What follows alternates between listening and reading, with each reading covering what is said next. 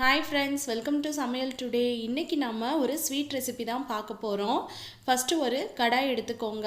அதுல 2 ஸ்பூன் அளவுக்கு நெய் சேர்த்துக்கோங்க. நெய் வந்து நல்லா சூடானதுக்கு அப்புறமா ஒரு 4-5 பாதாமை வந்து இந்த மாதிரி கட் பண்ணி சேர்த்துக்கோங்க. கூடவே ஒரு 10 இருந்து 15 முந்திரி பருப்பு சேர்த்துக்கோங்க. சேர்த்திட்டு எல்லாத்தையும் வந்து நல்லா வறுத்து எடுத்துக்கலாம். இது கொஞ்சம் நேரம் மாதிரி வரட்டும். ஒரு நிமிஷம் மட்டும் நல்லா வறுத்துக்கோங்க.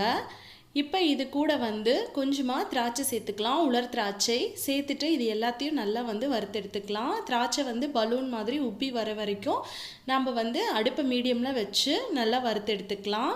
நிறம் மாறிடக்கூடாது.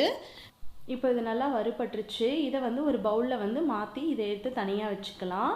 இப்போது அதே கடாயில் வந்து ஒரு ஸ்பூன் அளவுக்கு நெய் சேர்த்துக்கோங்க. சேர்த்துட்டு நான் இன்றைக்கி வறுக்காத ரவை எடுத்திருக்கேன். அது வந்து 1.5 கப் அளவு எடுத்திருக்கேன். எடுத்துகிட்டு இந்த ரவையை வந்து நல்லா வந்து நெய்யில் நல்லா வறுத்து விட்டுக்கலாம். இந்த ரவையோட கலர் வந்து மாறக்கூடாது. அதே சமயம் ரவை வந்து நல்லா நெய்யில் வறுபட்டு வரணும். அந்த அளவுக்கு நம்ம நல்லா வறுத்து எடுத்துக்கலாம். அடுப்பு வந்து மீடியம் ஃப்ளேம்லேயே வச்சுக்கோங்க.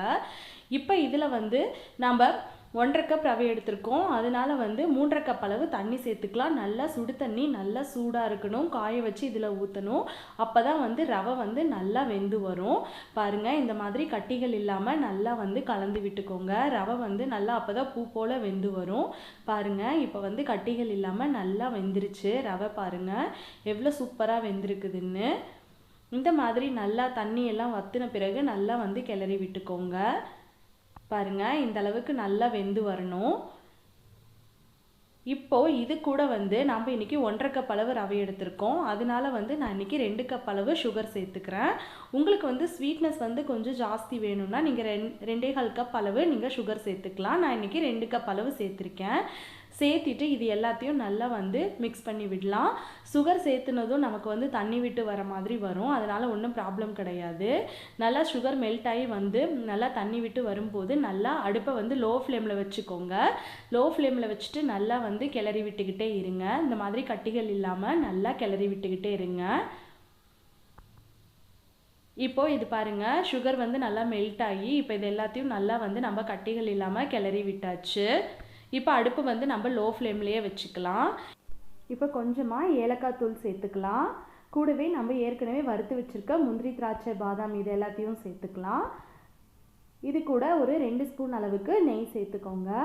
சேர்த்துட்டு இது எல்லாத்தையும் நல்லா வந்து கிளறி விட்டுக்கோங்க. எல்லாமே நல்லா மிக்ஸ் ஆகி வரணும். நல்லா வந்து கிளறி விட்டுக்கோங்க.